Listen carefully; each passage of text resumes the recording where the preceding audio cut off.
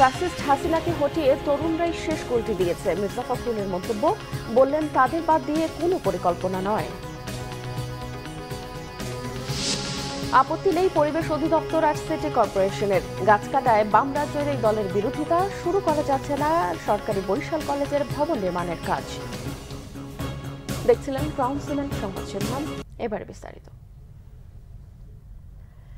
BNP মহাসচিব মির্জা ফখরুল ইসলাম আলমগীর বলেছেন, নির্বাচন যত দ্রুত হবে ততই দেশের জন্য মঙ্গল। গতকাল যশোর জেলা পরিষদ মিলনায়তনে বিএনপি আয়োজিত সুধী সমাবেশে তিনি এসব কথা বলেন। মির্জা ফখরুল বলেন, সংস্কার টেকসই করতে হবে, কম সময়ে সব পরিবর্তন করে ফেলা যাবে না। নির্বাচনের জন্য যে সকল সংস্কার দরকার তা দ্রুত করতে হবে, কেননা নির্বাচিত সরকারই পারে দেশের স্থিতিশীলতা রক্ষা করতে। বিএনপি মহাসচিব আরও বলেন, তরুণদের বাদ দিয়ে ভবিষ্যৎ পরিকল্পনা সম্ভব নয়। শেষ গোলটা তারাই দিয়েছে। ফ্যাসিস্ট সরকারকে সরানো গেছে, এখন রূপান্তর ঘটাতে হবে, যেখানে গণতন্ত্রের মূল্যবোধ ও চেতনাকে সামনে রেখে দেশ পরিচালনা করা যাবে। অনেক ষড়যন্ত্র চলছে, চক্রান্ত চলছে, বিভেদ তৈরির চেষ্টাও চলছে বলে অভিযোগ করেন মির্জা ফখরুল। আওয়ামী লীগ সরকার যেন ব্যাংক বানানোর মেশিন। দলটি যখনই ক্ষমতায় এসেছে দিয়েছে নতুন নতুন ব্যাংকের অনুমোদন। বিশ্লেষকরা বলছেন, অর্থনৈতিক প্রয়োজন না থাকলেও রাজনৈতিক বিবেচনায় ব্যাংকের অনুমোদন দেয়ায় ডুবতে বসেছে ব্যাংকিং খাত। ব্যাংক খাত নিয়ে গোলাম ময়নুল হাসানের ধারাবাহিক প্রতিবেদনের দ্বিতীয় পর্ব আজ। এরশাদ সরকারের আমলে দেশে প্রথম বেসরকারি ব্যাংক হিসেবে 1982 সালে যাত্রা শুরু করে এবি ব্যাংক। এর পরের বছর 1983 সালে রাষ্ট্রায়ত্ত দুটি ব্যাংক পূবালী উত্তরা ব্যাংকে দেওয়া হয় বেসরকারি খাতে। একই সাথে অনুমোদন পায় আরো 5 ব্যাংক। এছাড়া 1985 ও 1987 সালে অনুমোদন পায় এনসিসি ও আইসিবি ইসলামী ব্যাংক। 1991 সালে বিএনপি ক্ষমতায় আসার পর মোট 60টি ব্যাংকে অনুমোদন দেওয়া হয়। এই মেয়াদে প্রথম 1992 সালে ইস্টার্ন ব্যাংক, 1995 সালে অনুমোদন পায় আরো 6 ব্যাংক। তবে 2001 সালে বিএনপি আবারও ক্ষমতায় এসে নতুন করে ব্যাংকের অনুমোদন দেয়নি। 1996 সালে শেখ হাসিনা সরকার প্রথমবার ক্ষমতায় এসে অনুমোদন দেয় 13টি ব্যাংকের। এর মধ্যে 1998 সালে একটি, 1999 সালে 9টি, 2001 সালে 3টি ব্যাংকে অনুমোদন দেওয়া হয়। 2009 সালে আওয়ামী লীগ আবারও ক্ষমতায় এলে সব সমালোচনা উপেক্ষা করে 2013 সালে লাইসেন্স দেয় একসাথে 9 ব্যাংকে। এরপর আওয়ামী লীগ টানা তৃতীয়বারের মতো ক্ষমতায় এসে 2016 থেকে 2021 সালের মধ্যে দেওয়া হয় আরো 4 ব্যাংকের লাইসেন্স। এতগুলি ব্যাংকের লাভজনকভাবে যে পরিচালনা, সেটারও অবস্থা ছিল না।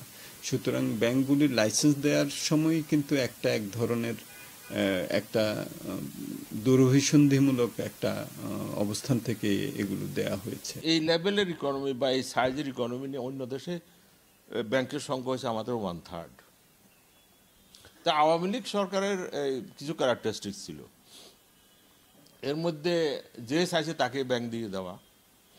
অর্থমন্ত্রী চাওক বা না চাওক ভোট থেকে চাইছে।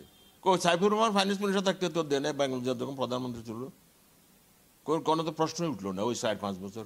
অর্থনীতিবিদরা বলছেন, ব্যাংক লাইসেন্স ইচ্ছে মতো দেবার বিষয় নয়, কারণ এটির সাথে অর্থনৈতিক সম্পর্ক সরাসরি।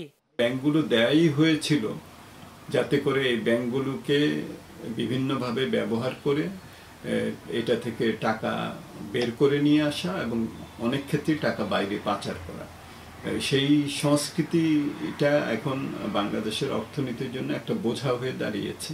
বাংলাদেশে যে প্লান্ডারিং হয়েছে ব্যাংকিং সেক্টর, পৃথিবীতে নজির তেমন নাই, এত বেশি ব্যাপক আকার হয়েছে। ইসলামী ব্যাংকগুলো তো আমার কাছে একটা ষড়যন্ত্রই মনে হয়। না হলে একটা গ্রুপ কেন সব ইসলামী ব্যাংকগুলো নিল? তারা তো কোনো সুদী ব্যাংক নেই। আর ওই গ্রুপের হাতে যাওয়ার পর সবগুলো অবস্থা কাহিল হয়েছে। এর মধ্যে ফার্স্ট জেনারেশন ইসলামী ব্যাংক যেটা আছে সেটা হয়েছে, এমনকি ফার্স্ট সিকিউরিটি, ওগুলা একসময় ভালো অবস্থানে ছিল, SIBL-ও ভালো অবস্থানে ছিল, সব কিছু এখন চুরমার হয়ে গেছে। রাজনৈতিক বিবেচনায় লাইসেন্স পাওয়া ব্যাংকগুলোর অবস্থায় সবচেয়ে খারাপ। গোলাম ময়নুল হাসান, বাংলা ভিশন, ঢাকা। পরিবেশ অধিদপ্তর এবং বরিশাল সিটি কর্পোরেশনের তেমন আপত্তি না থাকলেও ঐতিহ্যবাহী তমাল গাছ ও মাঠ রক্ষায় বাসদের আন্দোলনে বারবার পিছিয়ে যাচ্ছে সরকারি বরিশাল কলেজের নতুন ভবনের নির্মাণ কাজ। একাধিকবার বরাদ্দ পেলেও তা ফেরত যাচ্ছে, এতে ক্ষুব্ধ শিক্ষার্থীরা। বরিশাল থেকে শাহিন হাসানের রিপোর্ট। বিজ্ঞান শিক্ষা সম্প্রসারণ প্রকল্পে 200 স্কুলে আধুনিক ভবন নির্মাণের উদ্যোগ নিয়েছে সরকার। অনেক কলেজে ভবন নির্মাণ কাজ প্রায় শেষ হলেও সরকারি বরিশাল কলেজ এ থেকে বঞ্চিত। প্রায় 10 কোটি টাকা ব্যয়ে ভবনটি নির্মাণ করতে গেলে মাঠ এবং ঐতিহ্যবাহী তমাল গাছ ধ্বংস হওয়ার দাবি তুলে আন্দোলনে নামে বাংলাদেশ সমাজতান্ত্রিক দল বাসদ। বিকল্প স্থান থাকার পরও খেলার মাঠ ধ্বংস করে ভবন নির্মাণ করা হচ্ছে, যেটা সুস্পষ্টভাবে পরিবেশ আইনেরও বিরুদ্ধে যায় এবং ওই এলাকার জনগণের জনস্বার্থেরও বিরুদ্ধে যায়। আমাদের শিশু কিশোরদের জন্য খেলার মাঠ নাই, যে মাঠ আছে সেটাকে ধ্বংস করে এই ভবন নির্মাণ, আমরা অবশ্যই এর বিরোধিতা করি। শিক্ষার্থীরা বলছে কলেজের মাঠটি অনেক বড়, গাড়ির গ্যারেজ এবং ছাত্র সংসদের এই অংশে ভবন করলে মাঠ ছোট হয়ে যাবে না। এটা বন্ধ করার জন্য বিভিন্ন কুচক্র আমাদের বিভিন্নভাবে মানববন্ধন বলেন বা সরকারি উপর দিয়ে বিভিন্ন চাপের চেষ্টা করছে। এটা আমাদের স্বার্থে লাগার কথা, যদি আমাদের স্বার্থে আঘাত আসার কথা, যেহেতু আমাদের এটা খেলার মাঠের কথা বলা হচ্ছে, খেলার মাঠ আছে, আমাদের পড়াশোনা ভবন নয়, তবে কি আমি কলেজে আসবো শুধু খেলাধুলা করতে? আগে স্বৈরাচার সরকার ছিল, তখন তারা এই কাজ বন্ধ করছে, এখন স্বৈরাচার গেছে, এখন কাজটা শুরু হতে যাচ্ছে, তারা আবার সেই পায়তারা চালাচ্ছে। কলেজটির অধ্যক্ষ বলছেন আন্দোলনের ফলে এর আগে আরও 2টি ভবন করতে পারেনি শিক্ষা প্রকৌশল অধিদপ্তর, অথচ কক্ষের অভাবে পাঠদান ব্যাহত হচ্ছে। প্রায় 8000 স্টুডেন্ট, এদের শ্রেণীকক্ষের অভাব রয়েছে এবং শিক্ষকদের যে বিভিন্ন ডিপার্টমেন্ট আছে সেই ডিপার্টমেন্টের ছাত্রছাত্রীদের বসার জায়গা নেই, শিক্ষকদের বসারও সেরকম পর্যাপ্ত জায়গা নেই। আমরা আরও 4টি অনার্স ডিপার্টমেন্ট এবং মাস্টার্স ডিপার্টমেন্ট খুলতে চাচ্ছি, কিন্তু এই রুম স্বল্পতার কারণে আমরা খুলতে পারছি না। শিক্ষা প্রকৌশল অধিদপ্তর বলছে তমাল গাছটি রক্ষা করেই ভবন নির্মাণ সম্ভব। যেখানে করছি সেখানে এক্সিস্টিং একটি সাইকেল স্ট্যান্ড ছিল, সেটিকে আমরা নিলাম করে জেলা প্রশাসকের মাধ্যমে সেখানে আমরা ভবনটি নির্মাণ করছি এবং সেখানে আমাদের খেলার মাঠ নষ্ট হবে না এবং যে ঐতিহ্যবাহী তমাল গাছ সেটিও কোনো ক্ষতিগ্রস্ত হবে না। তারা যে বিকল্প স্থানের কথাটি বলছে, সেখানে একটি জলাধার রয়েছে যেটি ভরাট করে কোনোভাবেই ভবন করা সম্ভব নয়। এ বিষয়ে ইতিবাচক পরিবেশ অধিদপ্তর এবং বরিশাল সিটি কর্পোরেশনও।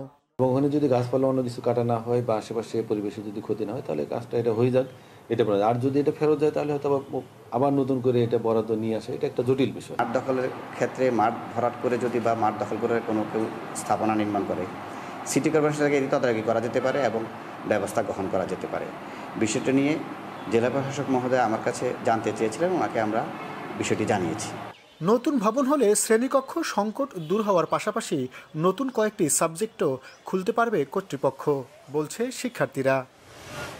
শাহিন হাসান, বাংলা ভিশন, বরিশাল। দর্শক, এই ছিল এখনকার মতো। পরের সংবাদ সকাল 11টায়। এছাড়া বাংলা ভিশন সংবাদ ও সংবাদ সংশ্লিষ্ট অনুষ্ঠান দেখতে ভিজিট করুন www.bbnews24.com ও facebook.com/banglavishnnews এবং সাবস্ক্রাইব করুন youtube.com/banglavishnnews। এতক্ষণ সঙ্গে থাকায় ধন্যবাদ সবাইকে।